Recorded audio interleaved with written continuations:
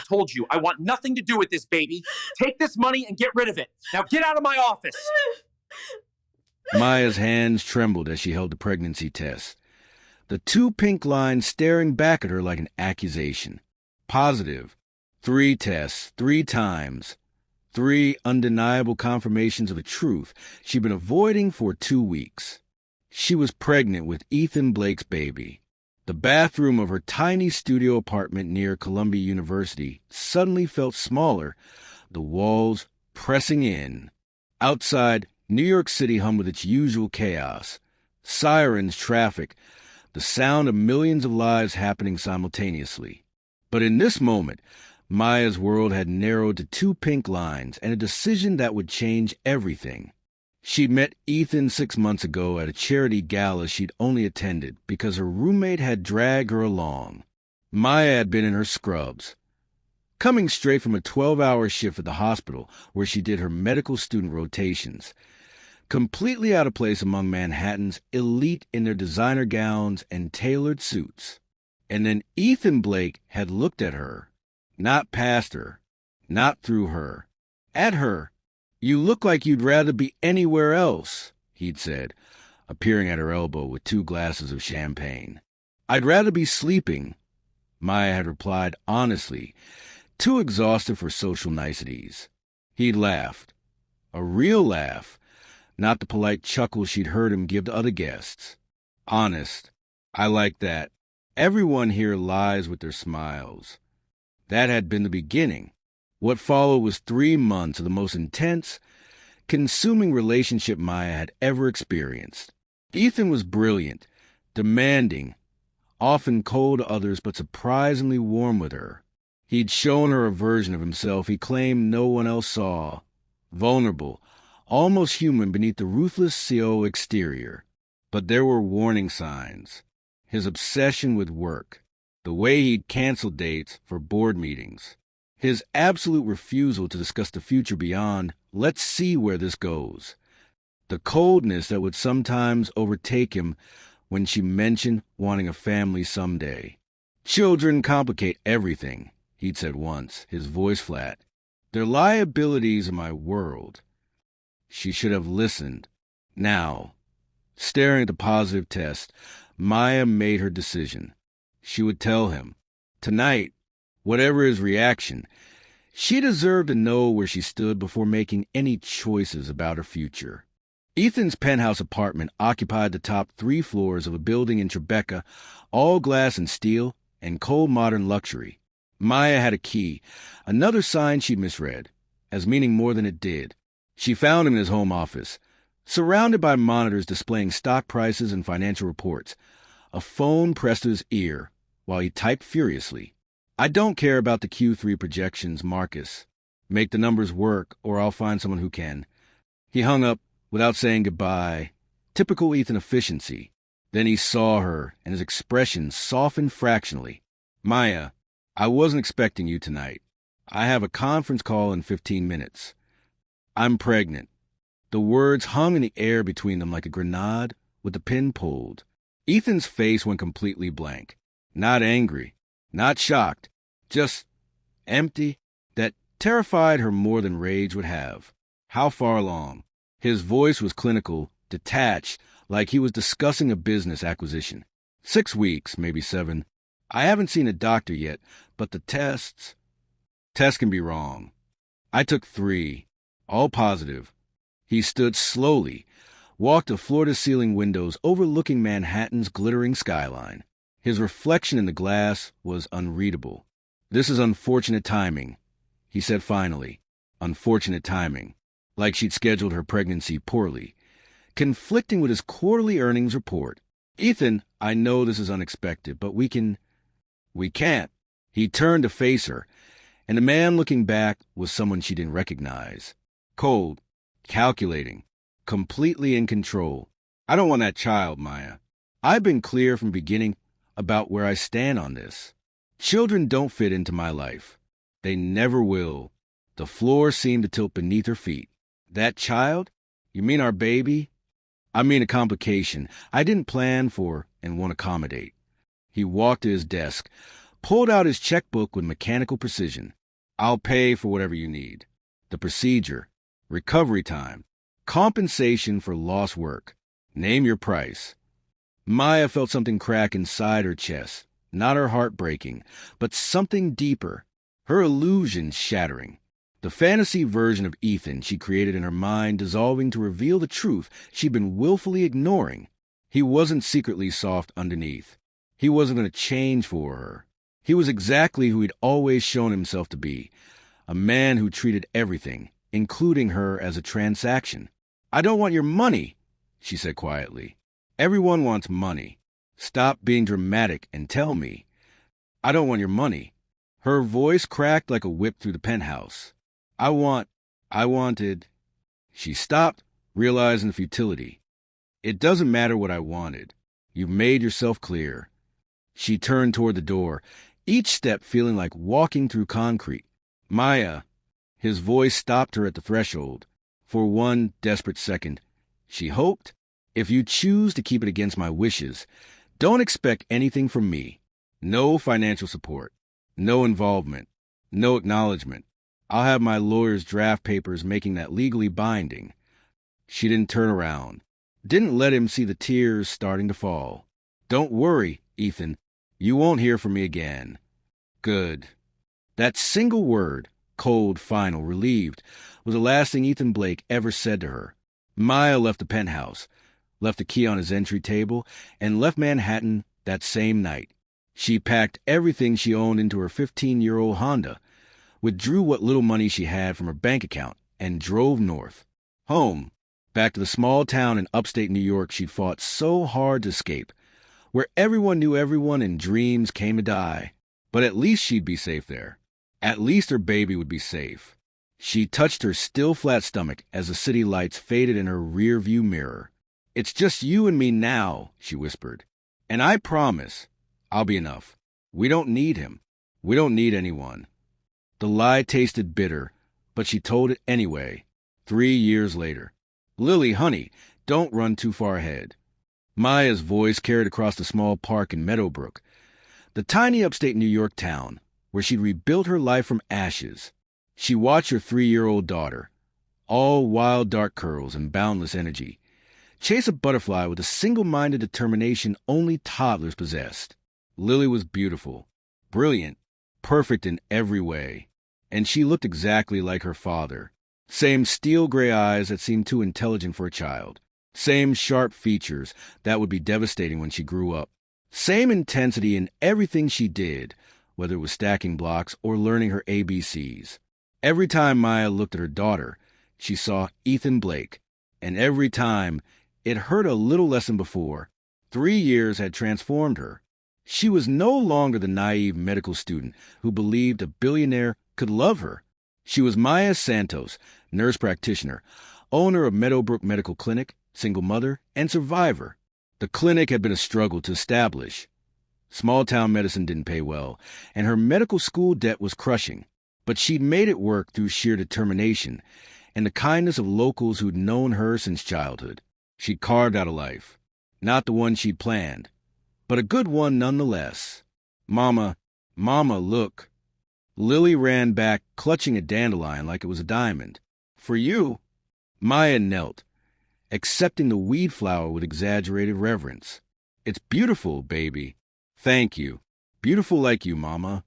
Lily threw her small arms around Maya's neck, and the pure, uncomplicated love of it nearly broke her. This was what mattered, not billionaire CEOs or Manhattan penthouses, or the life she'd left behind. This fierce little girl who loved her unconditionally. They were heading back to the clinic. Maya had paperwork to catch up on. When she heard it, the sound of expensive engines, multiple vehicles, completely out of place in their quiet town where most people drove 15-year-old Fords and Chevys. Maya looked up. A convoy of 3 black SUVs with tinted windows was pulling up in front of her clinic. Range Rovers. Pristine. Probably cost more than most houses in Meadowbrook. Her heart stopped. No, it couldn't be. The back door of the middle SUV opened, and Ethan Blake stepped out into the afternoon sunlight. He looked different. Older, not in a bad way. and the way men with money age, getting more distinguished while normal people just got tired. His suit probably cost what Maya made in a month. His watch definitely cost more than her car. But his eyes, those steel gray eyes that she saw every day in her daughter's face, those were exactly the same. And they were locked on Lily. Maya's arms tightened around her daughter instinctively. Protective, primal. Ethan took one step forward, then another. His face showed something Maya had never seen before, raw, devastating emotion.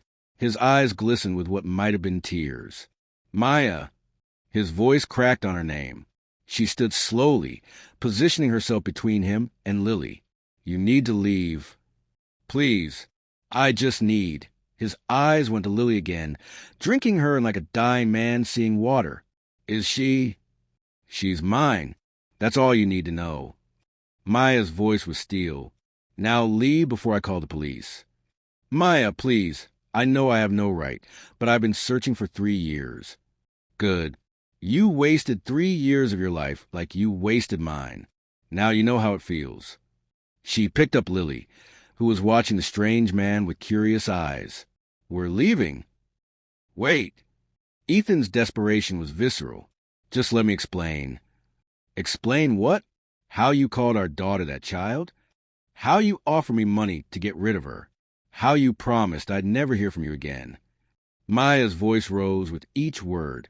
You were very clear, Ethan. Crystal clear. I got the message. I was wrong. God, Maya, I was so wrong about everything. Mama, who's that man? Lily's small voice cut through the tension. Maya's eyes never left Ethan's face as she answered. Nobody, baby. He's nobody. She saw the words hit him like bullets. Watched him physically flinch. Good. Let him hurt the way she'd hurt. She walked past him toward her clinic, head high, daughter secure in her arms. Maya, please. Ethan called after her. Just give me 5 minutes. 5 minutes to explain, and then I'll go if you want. I swear. She stopped at her clinic door. Turned. You want 5 minutes? Fine. Come back tomorrow at 8 a.m. Alone. Try to bring your lawyers or your security or any of your corporate bullshit, and I'll have you arrested for harassment. Are we clear? Yes. Yes. Thank you. Thank you so much. Maya went inside and locked the door without another word. Through the window, she watched Ethan stand in the middle of Main Street for a full minute, staring at the clinic like he could will the walls away. Then, finally, he returned to his SUV. The convoy pulled away, leaving only the faint scent of expensive cologne and the ghost of a life Maya had left behind. Lily tugged on her shirt. Mama, why are you crying? Maya hadn't realized she was. She wiped her eyes quickly. Happy tears, baby. Just happy tears. Another lie. But what else could she say? That the man who destroyed her had found her? That he'd looked at their daughter with the kind of longing that terrified her? That for one terrible second, she wanted to believe he'd changed? No. Better to lie. She had until 8 a.m. tomorrow to figure out what the hell she was going to do, and to prepare for the conversation that would either close the door on Ethan Blake forever, or crack it open just enough for him to destroy her all over again. Maya didn't sleep that night. She lay in her small bedroom in the apartment above the clinic, listening to Lily's soft breathing from the toddler bed in the corner, and tried to make sense of the impossible. Ethan Blake, here, in Meadowbrook, after 3 years of silence. 3 years during which Maya had scraped by on determination and pride, working double shifts, taking on weekend clinics, building something from nothing while raising a daughter alone. 3 years of explaining to Lily why she didn't have a daddy like the other kids. 3 years of convincing herself she didn't need him, didn't want him, was better off without him. And now he'd appear like a ghost, looking at Lily with tears in his eyes. Maya wanted to hate him, should hate him, but the traitorous part of her heart that had never quite healed remembered how he'd made her laugh, how he'd looked at her like she mattered. How? For 3 brief months, she'd felt seen by someone who made the whole world pay attention to him. Stop it, she told herself firmly. That Ethan was an illusion. The real Ethan had called her daughter that child and written a check to make her go away. At 7:45 a.m., Maya dropped Lily at daycare 3 blocks away, kissing her daughter's forehead twice for luck. Be good, baby. Always am, Mama. Lily beamed, gap-toothed and glorious, before running off to join her friends. Maya walked back to the clinic alone, each step feeling like approaching an execution. At exactly 8 a.m., a single black Range Rover pulled up. Ethan emerged alone as promised. No security, no lawyers, no armor except the expensive suit that probably cost more than Maya's monthly rent. He looked terrible. Not physically. He was still devastatingly handsome in that sharp-featured, too intense way, but his eyes were hollow, ringed with dark circles. His face was drawn. He looked like he hadn't slept in days. Good, Maya thought viciously, then immediately felt guilty, then angry at herself for feeling guilty. She unlocked the clinic door without a word. He followed her inside. The clinic was small, just a waiting room, 2 examination rooms, and her tiny office. Nothing like the gleaming medical facilities in Manhattan.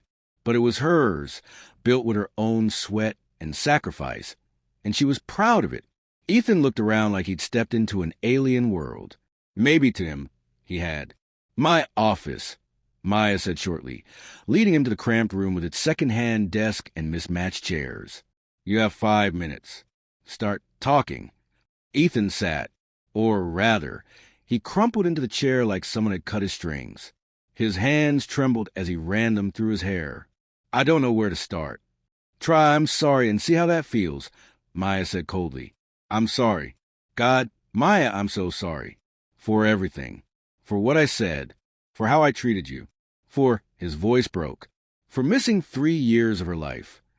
Her name is Lily. Lily, he repeated, like tasting something sacred. That was your grandmother's name. Maya's chest tightened. He remembered. Of course he remembered. Ethan forgot nothing, especially not details he could use. Don't do that, she said sharply. Don't pretend you care now when you made it very clear you didn't care then. I did care. I do care. I just... He looked up at her with those damn gray eyes. I was terrified. Terrified? You? The man who closes billion-dollar deals before breakfast. Terrified of being a father, of repeating my own father's mistakes, of turning into him, cold, distant, destroying everyone he claimed to love through sheer emotional neglect. Ethan's laugh was bitter. Ironic, since that's exactly what I did anyway. Maya's arms crossed offensively. This isn't therapy, Ethan. I'm not here to absolve you of daddy issues. I know. I'm not asking for absolution. I'm asking for a chance. A chance to what? To know my daughter. To be in her life. He stood abruptly, and Maya instinctively stepped back. He noticed, and it clearly hurt him. Good. Maya, I've spent 3 years trying to find you. 3 years hiring investigators, tracking down leads, following dead ends. You disappeared completely. That was the point. I know. And you had every right. But I need you to understand, I didn't know. About Lily. About what I was missing. About... His voice cracked again. I thought you'd done what I told you to do. The words hung between them like poison. Maya's hands clenched into fists. You thought I'd gotten rid of her. And you were fine with that. I was convincing myself I was fine with it. There's a difference. Is there? Yes. The word exploded out of him. Because 6 months after you left, I started having nightmares. Dreams about a child I'd never met calling for a father who wasn't there. I told myself it was guilt, conscience. But then I started seeing kids everywhere, in restaurants, parks, streets, and wondering if any of them could have been ours. And then he pulled out his phone with shaking hands, pulled up a photo. Then I saw this. Maya looked at the screen. It was a Facebook photo from 8 months ago. Her friend Sarah had posted it without asking. Lily at a birthday party. Face covered in cake, laughing with pure 3-year-old joy. The caption read, My beautiful goddaughter Lily Santos is 3 today. Can't believe how much she looks like her mama. #blessed #goddaughter goals. One my assistants saw in their feed. Ethan said quietly, sent it to me as a joke, because the girl looked so much like me. Boss, did you have a secret kid? they asked. And I looked at that photo and I knew. God, Maya, I knew immediately. Maya's throat tightened. That photo, that stupid photo Sarah had posted despite Maya's strict social media rules. The one photo that had exposed them. I had DNA confirmation within a week, Ethan continued. Called in favors, got samples from your old apartment building, cross-referenced with my own profile. 99.9% match. And then I spent the next 2.5 years finding you, because you covered your tracks well. I had to. I couldn't risk you showing up, and Maya stopped. And what? What had she feared? That he'd take Lily? Or that he'd reject her again? And yesterday, I finally found you, and I saw her, our daughter, in person. And Maya, his voice shattered completely. She's perfect. She's absolutely perfect. And I've missed 3 years. 3 years of first I'll never get back. First steps, first words, first everything. Tears were streaming down his face now, unself-conscious and raw. Ethan Blake, the man who never showed weakness, was crying in her tiny clinic office. Please, he whispered, please just let me know her. I'm not asking for custody or rights, or I know I have no right to any of that. I just want to be in her life.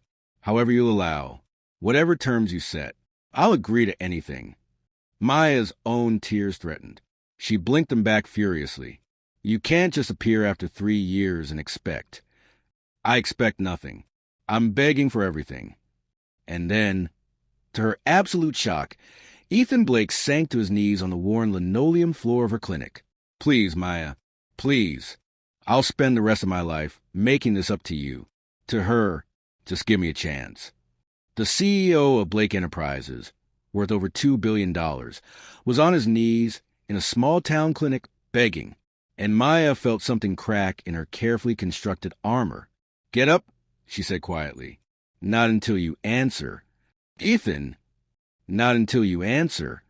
She closed her eyes, tried to think past the chaos in her heart, tried to remember the pain, the abandonment, the nights crying herself to sleep while pregnant and alone. But she also thought about Lily asking about her daddy, about the gap in her daughter's life that Maya couldn't fill no matter how hard she tried, about the fact that Lily deserved to know her father, even if he was a complicated, damaged man who'd made terrible choices. One condition, Maya said finally, anything. You don't get to hurt her, ever. If you're going to be in Lily's life, you're all in. No backing out when it gets hard. No disappearing during busy quarters. No treating her like an obligation. You show up consistently, or you don't show up at all. Because I've spent 3 years being enough for her, and I won't let you make her feel like she's not enough for you. Ethan's voice was fierce. I will show up, every day, however you'll let me. And you don't get to make decisions about her. I'm her mother. What I say goes. You want to be part of her life? You do it on my terms. Clear, crystal clear. Maya took a deep breath, released it slowly, made a choice that terrified her. Then, okay, you can meet her, properly, not as a stranger, as her father. Ethan's sob was raw and grateful. Thank you so much. But Ethan, she waited until he looked up at her. You hurt her, you're gone. You hurt me again, I'll survive. I've done it before. But you hurt my daughter, and I will destroy you with everything I have. Understood. Understood. He stood slowly, wiping his face, tried to regain some composure. It didn't quite work. He still looked wrecked. Good. Let him be wrecked. Let him feel what she'd felt. Let him understand what he'd almost thrown away. She's at daycare until noon, Maya said, her voice still cold despite the concession she'd just made. You can meet her at 12:30. Here. And Ethan, don't bring gifts. Don't try to buy her affection. Just be real with her. That's all she needs. I can do that. We'll see. After he left, Maya sat in her office chair and let herself shake. What had she just done? Had she made the right choice? Or had she just opened the door for Ethan Blake to destroy them all over again? Her phone buzzed. A text from an unknown number. Thank you for giving me this chance. I won't waste it. Ethan. Maya didn't respond. Couldn't respond. Just stare at the message until the screen went dark. Outside, she could hear Meadowbrook coming to life. Shopkeepers opening, neighbors chatting, the everyday rhythms of the small town that had saved her. In a few hours, she'd have to explain to Lily that the stranger from yesterday was her father, that he wanted to know her, that their little family of two was about to become something more complicated. And Maya had no idea if she was ready for that. But for Lily, she'd try. Always for Lily. Want to know what happens when Ethan meets his daughter for the first time? Will she accept him? Will Maya regret her decision? Drop a comment below. Team give him a chance or team make him suffer? Like this video and subscribe to African Tales by Reno for next chapter. Things are about to get messy. Maya spent the morning preparing Lily for the impossible conversation. Baby, remember the man from yesterday? The one at the park. Lily looked up from her coloring book. Crayon pause mid-scribble. The crying man? Maya's heart twisted. Of course Lily had noticed Ethan's tears. Children saw everything adults try to hide. Yes, honey, he wasn't sad. He was happy because he came to meet you. Why? The eternal toddler question. Why? Why? Usually it was exhausting. Today it was devastating. Because he's your daddy. Lily's eyes went wide. I have a daddy? Yes, baby. You've always had a daddy. He didn't know about you before. But now he does, and he wants to meet you. Is that okay? Maya braced for questions she didn't have answers for. Why didn't he know about me? Where has he been? Why didn't he want me before? Instead, Lily asked, would he like me? The simplicity of it broke something in Maya's chest. Oh, sweetheart, he already loves you so much. He's going to like you very, very much. Will he stay or leave like Emma's daddy? Emma from daycare, whose father had walked out last year and never come back. Lily had seen the aftermath. The tears, the confusion. Maya knelt to her daughter's eye level.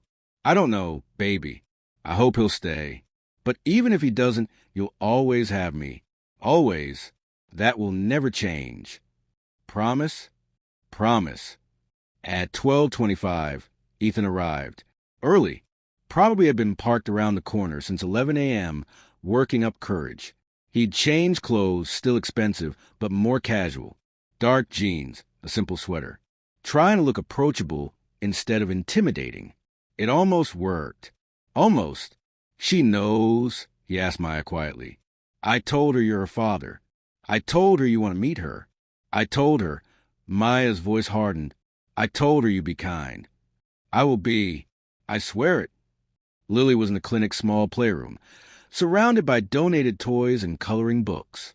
When Ethan entered, she looked up, and the resemblance was so striking that Maya heard Ethan's sharp intake of breath.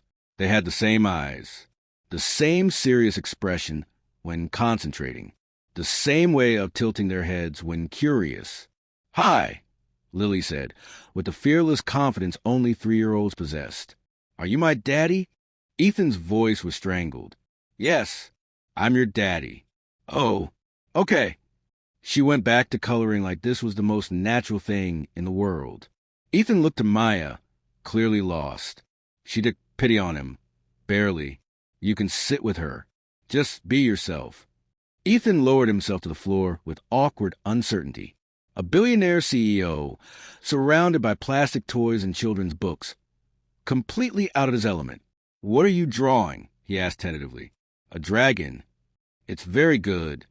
I know. No false modesty from Lily Santos. Maya almost smiled. Can I color too? Lily handed him a crayon. Without looking up. You can have purple. It's my second favorite. What's your first favorite? Red. Like Mama's car. Ethan picked up the purple crayon and started coloring in the corner of the page.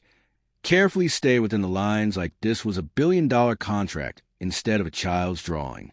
They colored in silence for several minutes. Maya watched in the doorway, her heart doing complicated things. Your mama says you're very smart, Ethan ventured. Uh-huh. I can count to 50. Want to hear? I'd love to. Lily proceeded to count, getting distracted around 37 and starting over. Ethan listened like it was the most important presentation he'd ever heard. That's amazing, Lily. I know. I'm amazing at lots of things. Mama says I can do anything. Your mama is right. Lily finally looked at him directly, studying his face with disconcerting intensity. You look like me. You look like me, too. Is that why you're my daddy? Because we look the same. Partly, but mostly because I love you very much, and I've wanted to meet you for a long time. Where were you before? The question every child asks. The one with no good answer. Ethan's eyes flicked to Maya. She gave him nothing. This was his mess to explain. I was lost, he said finally. I didn't know where you were. But I looked and looked until I found you. And now I'm here. Are you staying? I hope so. If your mama says it's okay. Lily looked at Maya. Is it okay, Mama? Maya's throat was tight. We'll see, baby. We'll see. For the next hour, Maya watched Ethan Blake, ruthless CEO, corporate shark, the man who'd broken her heart, play with action figures and read picture books in silly voices. He was terrible at it, all awkward and uncertain, but he tried. And Lily, generous in the way children are, accepted him. You're nice, she declared at the end of the visit. You can come back tomorrow. Ethan's eyes glistened again. I'd like that very much, if your mama says okay. Maya nodded, not trusting her voice. As Ethan was leaving, Lily suddenly ran up and hugged his legs, just wrapped her small arms around his knees and squeezed. Ethan froze. Then, slowly, carefully, he knelt and hugged her back, his large hands gentle on her tiny frame. His face crumpled with emotion. He didn't try to hide. Bye, Daddy, Lily said casually, already running back to her toys. Ethan stood there, shaking, the word Daddy, clearly destroying him in the best way possible. Maya walked him out in silence. At his car, he turned to her. Thank you. I know that cost you. I know you have every reason to slam the door in my face. Thank you for not doing that. I didn't do it for you. I know. You did it for her, as you should. He hesitated. Can I ask what's her favorite color? Her favorite food? What makes her laugh? I want to know everything.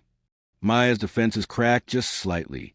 Her favorite color is red, but she'll tell you it's purple on Thursdays because that's Purple Day at daycare. She loves mac and cheese, but only the kind with the powdered cheese, not the real cheese. She laughs at terrible jokes and physical comedy. She's terrified of the dark, but won't admit it. She's stubborn as hell. Like her mother and her father, a moment passed between them. Not forgiveness. Not yet, but acknowledgement. I'll be back tomorrow, Ethan said. Same time. Same time. For the next 2 weeks, Ethan showed up every single day at 12:30 p.m. No excuses. No cancellations. He brought no gifts, as Maya had instructed, just his presence. He read stories, played games, learned to braid hair badly, sat through endless tea parties with plastic cups and invisible tea. Maya watched him transform from the cold CO she'd known into something softer. Not perfect. He still struggled with children's logic, still looked uncomfortable on the floor, still occasionally checked his phone out of habit before catching himself. But he was trying, genuinely trying, and Lily was falling in love with her father. Maya tried to protect her heart, tried to remember the pain, tried to keep the walls up. It was getting harder every day. On day 15, Ethan didn't arrive at 12:30, or 1 o'clock, or 1:30. Maya's stomach sank. Here it was, the moment she'd been bracing for, the inevitable disappointment. Lily kept checking the window. Where's Daddy? I don't know, baby. Maybe he got busy. But he promised. He said he'd come every day. Sometimes adults break promises. Honey. Lily's face crumpled. Did I do something wrong? No, baby. No. You're perfect. You didn't do anything wrong. But the doubt was there now, planted in her daughter's mind. And Maya's fury at Ethan reached volcanic levels. At 3 p.m., her phone finally rang. Ethan's number. She answered with ice in her voice. You're breaking my daughter's heart right now. This better be good. I'm in the hospital. His voice was weak, pained. Car accident on the way to Meadowbrook. I'm okay. Broken ribs, concussion, but okay. But Maya, I tried. I swear to God I tried to get there. I was on the phone with the paramedics telling them I had to get to my daughter. Maya's anger evaporated into terror. Which hospital? Albany Medical Center. But you don't have to. We'll be there in 40 minutes. She hung up, scooped up Lily, and drove faster than was probably legal. In the hospital room, Ethan looked terrible, bandaged, bruised, hooked up to monitors. But when Lily ran in shouting Daddy, his entire face lit up despite the obvious pain. Hey, Princess. I'm sorry I missed our time today. Mama said you got in an accident. Does it hurt? A little, but I'm okay now. You know why? Why? Because you're here. Lily climbed onto the hospital bed with the fearlessness of childhood, careful to avoid the wires and tubes. She patted his hand gently. It's okay, Daddy. You can come tomorrow instead. Ethan's eyes met Maya's over their daughter's head. The emotion there was raw and desperate and real. And Maya realized with sinking certainty that her walls were crumbling. She was in serious trouble. Because somewhere between the daily visits and the genuine effort and the way he looked at Lily like she hung the moon, Maya had started to believe Ethan Blake might actually have changed. And that terrified her more than anything. Ethan was released from the hospital after 2 days. The doctors wanted to keep him longer, but he'd signed himself out against medical advice, desperate not to miss more time with Lily. Maya had tried to stop him. You have broken ribs and concussion. You need rest. I need to see my daughter more than I need rest. Stubborn as hell, just like Lily, the thought made Maya's chest tight. He'd moved from his hotel to a short-term rental in Meadowbrook, a small furnished house on Maple Street that cost more per month than most mortgages. Completely unnecessary for one person, but Ethan had insisted on staying close. My company can run remotely for a while, he'd said. I have competent people. I'm staying here as long as you'll let me. The town had noticed, of course. In Meadowbrook, everyone noticed everything. Within days, the whisper started. That's the baby daddy? Rich fellow from the city. Maya always did have expensive taste. Poor thing, raising that girl alone all these years. Maya ignored them. She'd survived worse gossip. But then, 4 weeks after Ethan's arrival, everything changed. It started with a phone call to the clinic from an unknown number. Good afternoon. This is Rebecca Chun from the New York Chronicle. I'm trying to reach Maya Santos regarding Ethan Blake. Do you have a comment on your relationship? Maya hung up immediately. Then another call. And another. Different reporters, same invasive questions. By evening, there were 3 news vans parked outside her clinic, and her phone wouldn't stop buzzing. She called Ethan, furious. What the hell is happening? I don't know. I haven't told anyone about you or Lily. I've been extremely careful. Then how do they know? I'm finding out. Stay inside. Don't talk to anyone. I'm coming over. He arrived 20 minutes later, pushing through the small crowd of reporters shouting questions, his security team, who materialized from somewhere, creating a protective barrier. Inside the clinic, Maya was shaking with rage and fear. My daughter's daycare called. There were reporters there. Reporters at a daycare. Try and get photos of Lily. Security had to escort them off the property. Ethan's face went dark. I'll handle it. Handle what? The damage is done. Someone leaked this, and now we're... She stopped, a terrible thought occurring to her. Did you do this? Did you want publicity for some... Absolutely not. Maya, I swear on Lily's life, I didn't leak anything. His phone rang. He answered, listened, and his expression turned to stone. Are you certain? I see. Thank you. He hung up and looked at Maya with fury and something like betrayal in his eyes. It was Vanessa. Who? Vanessa Hartford, my ex-fiancée. Apparently she'd been following me for weeks, photographing us, gathering information. She sold the story to the tabloids this morning. Billionaire CEO's secret love child is trending on social media. Maya's legs gave out. She sat hard in her office chair. Why would she? Because she want me back, and she sees you as an obstacle. Ethan's voice was bitter. Vanessa and I were engaged 3 years ago, right before I met you. I broke it off because I realized I didn't love her. She took it badly. Very badly. She's tried multiple times to get back together, and I've refused every time. This is her revenge, destroying any chance I have at happiness, while publicly humiliating both of us. There's more, isn't there? It wasn't a question. Maya could see in his face. Ethan hesitated, then nodded. She's filing for emergency custody of Lily.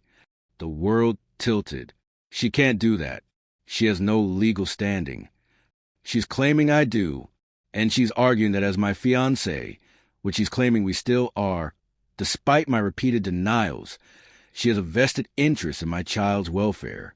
She's alleging you're an unfit mother who hid my daughter from me for years, and that Lily should be in my custody, which she would then control as my partner.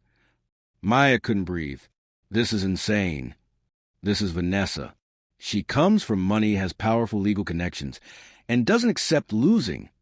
Ethan knelt in front of her chair, taking her cold hands in his. Maya, listen to me. She won't win.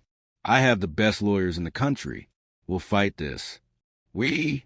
You think I'm going to let her anywhere near Lily? My daughter? His grip tightened. I'll destroy Vanessa Hartford before I let her hurt either of you. There was something fierce and protective in his voice that Maya had never heard before. Not the cold CEO. Not the charming man she'd fallen for. Something raw and genuine. I need you to trust me. Ethan said quietly, I know I haven't earned that. I know I don't deserve it. But I need you to trust me now. Let me protect you both. Let me fix this. Maya wanted to say no. Wanted to handle it herself. The way she'd handled everything for 3 years. But she was tired. So tired. And the fear of losing Lily was overwhelming everything else. What I need to do. Relief flooded Ethan's face.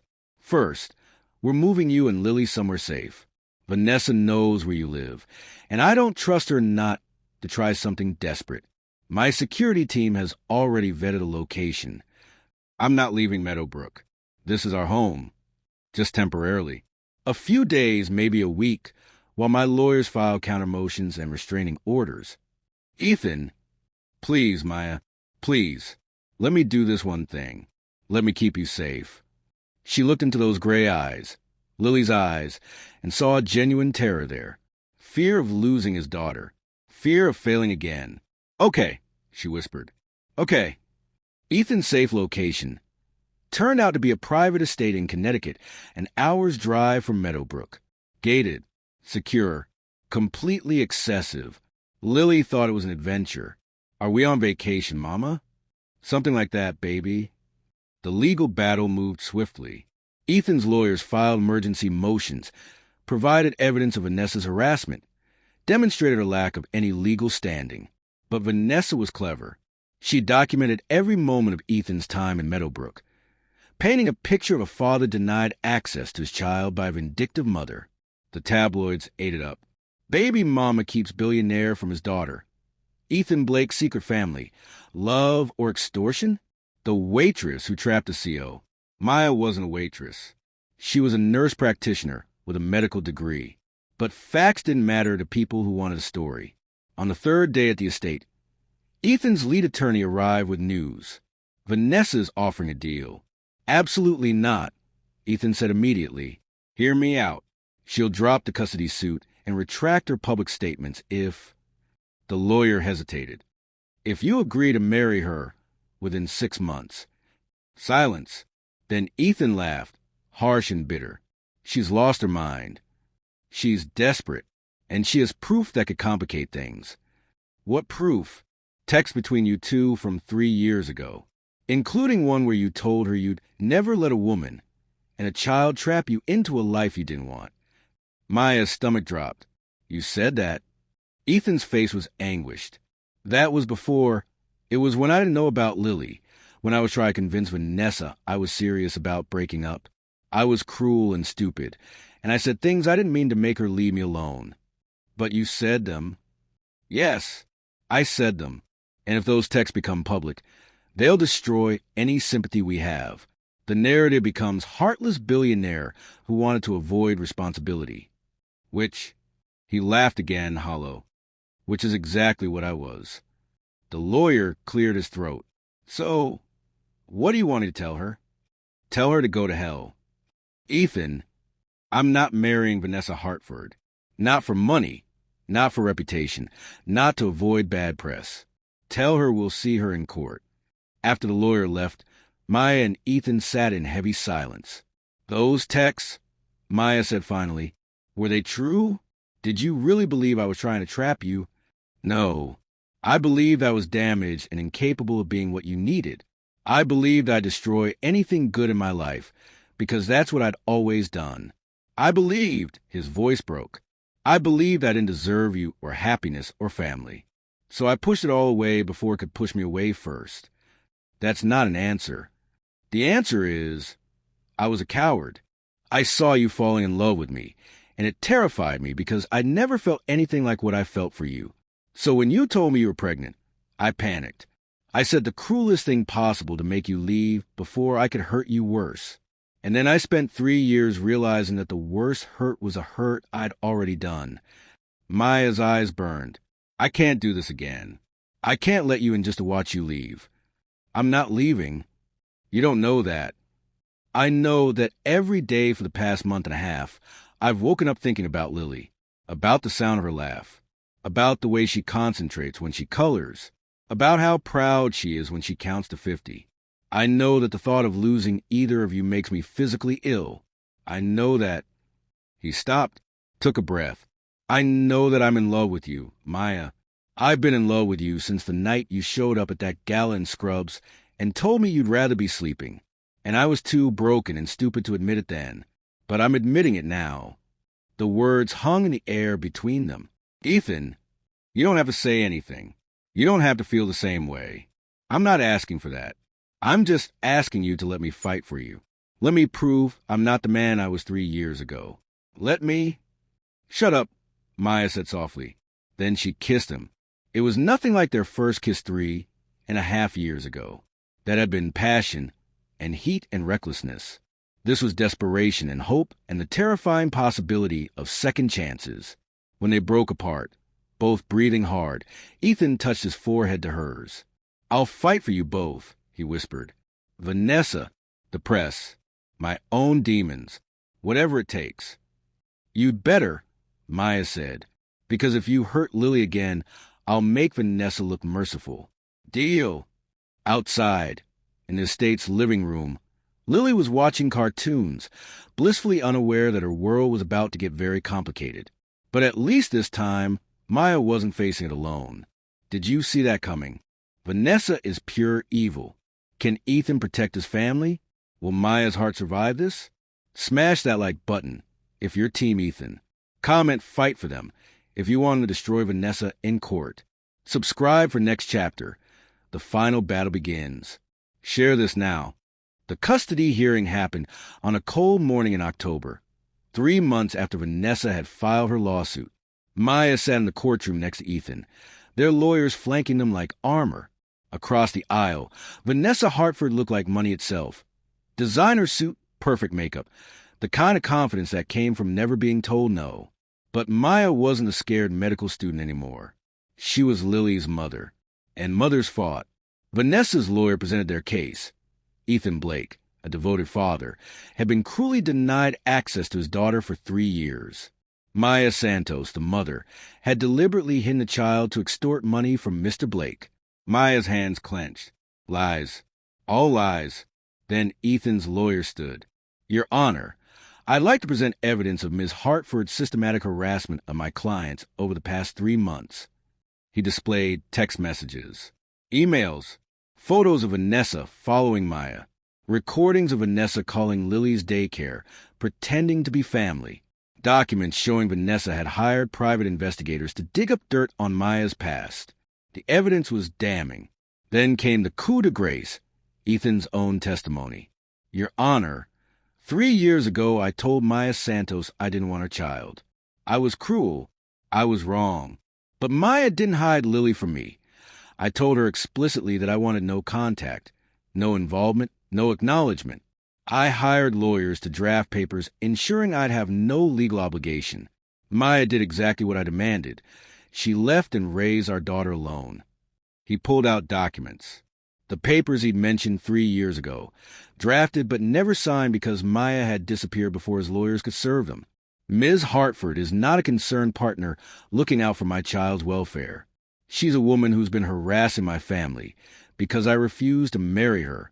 This lawsuit isn't about Lily's best interests. It's about control.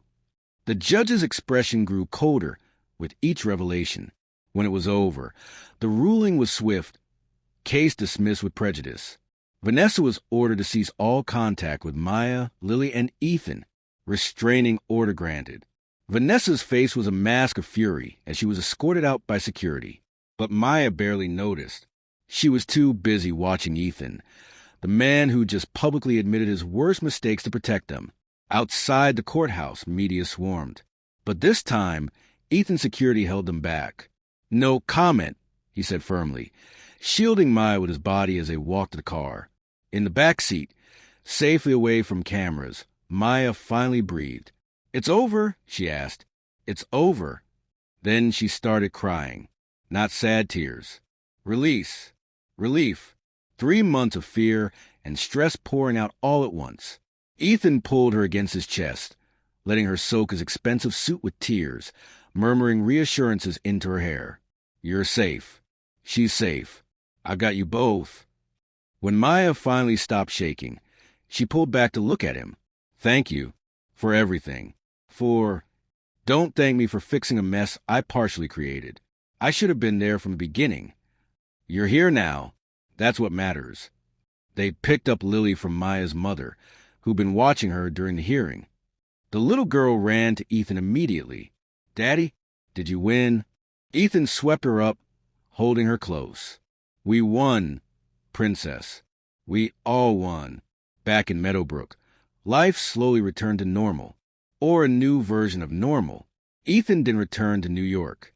He'd restructured his entire company to allow remote management, maintaining a small office in Meadowbrook while his executives handled day-to-day operations in Manhattan. "My priorities have changed," he told Maya. "Blake Enterprises will survive without me micromanaging. Lily won't." He was there for every bedtime story, every breakfast, every skin knee and bad dream and moment of childhood wonder. He learned that Lily hated peas but loved broccoli, that she was afraid of thunderstorms but pretended not to be, that her favorite game was restaurant, where she served invisible food to invisible customers with absolute seriousness. He was patient when she had tantrums, gentle when she was scared, present in a way Maya's own father had never been. And slowly, carefully, Maya's walls came down. 6 months after the custody battle, Ethan asked Maya to dinner, a real date, not just grabbing food between Lily's nap and bedtime, but an actual adult evening out. Maya's mother babysat. Maya wore a dress that wasn't covered in toddler handprints. They went to a restaurant that didn't have a kids menu. "This is weird," Maya said, laughing nervously. Eating food I'd have to cut into small pieces first. Good weird or bad weird? Still deciding. Over pasta and wine, they talked, really talked, about the past 3 years. About Maya's struggles building the clinic. About Ethan's journey from cruel CO to desperate father.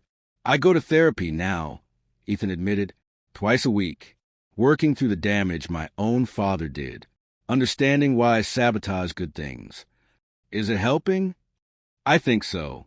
My therapist says I have avoidant attachment and fear of vulnerability, which is a fancy way of saying I'm terrified of being loved because I don't think I deserve it. Do you believe that now? That you don't deserve love?" Ethan looked at her across the table. "I believe I don't deserve you, or Lily, but I'm working every day to become someone who might." Maya's heart did something complicated. "Ethan, I'm not asking for anything, Maya. I know you need time. I know trust is earned, not given. I'm just saying I'm here for as long as you'll have me. No pressure, no expectations. What if I want there to be expectations?" His breath caught. "What?" Maya took a drink of wine for courage. "What if I said I've been falling in love with you all over again? Not the man you were, but the man you're becoming. The one who reads bedtime stories in silly voices and braids hair terribly and shows up every single day. I'd say... Ethan's voice was rough with emotion. I'd say I don't deserve that, but I'll spend the rest of my life trying to. This kiss was different from the desperate one during the custody battle. This was slow. Sure, the kiss of two people choosing each other despite the odds. When they broke apart, Maya said, "I'm not ready for marriage or moving in together or any of that, but I'm ready to try. Really try. Are you?" "Yes. God, yes." They dated. Actually dated. Movie nights after Lily went to bed. Stolen kisses in the clinic office. Building something real instead of the rush intensity they'd had before. Lily, watching her parents navigate this new dynamic, asked questions with childhood bluntness. "Are you and Daddy married now?" "Not yet, baby." "But you love him?" Maya looked at Ethan, who was pretending not to listen while making pancakes. "Yeah, I do." "And he loves you?" "Yes." "Then why not married?" "Because sometimes people need time to make sure they're making the right choice." "Oh, okay." Lily went back to her coloring. "But when you're sure, I want to be in the wedding. I want a purple dress." Ethan and Maya locked eyes and started laughing. 9 months after the custody battle, on Lily's 4th birthday, Ethan proposed. Not with a grand gesture or expensive ring. With Lily present, because this wasn't just about him and Maya. It was about them becoming a family officially. "Maya Santos," he said, kneeling in their living room while Lily watched with wide eyes. "I spent 3 years searching for you. I'll spend the rest of my life making sure you never want to leave again. Will you marry me?" The ring was perfect. Simple. Exactly her style. Maya looked at Lily. "What do you think, baby? Should I say yes?" Lily nodded so hard her whole body bounced. "Yes. Yes. Then we can all have the same last name." Maya smiled through tears. "Then yes. Absolutely yes." Lily shrieked and jumped on both of them, and they collapsed in a laughing heap on the floor, a tangle of limbs and joy and second chances. 6 months later, the wedding was small. Meadowbrook Town Hall, with just family and close friends. Maya wore white. Lily wore purple. Ethan wore a smile he couldn't suppress. When the justice of the peace asked if anyone objected, Lily shouted, "And oh, one objects," making everyone laugh. They exchanged vows they'd written themselves. Ethan spoke first. "Maya, you gave me the greatest gift, not forgiveness, but the chance to earn it. You showed me that love isn't about perfection, but showing up consistently.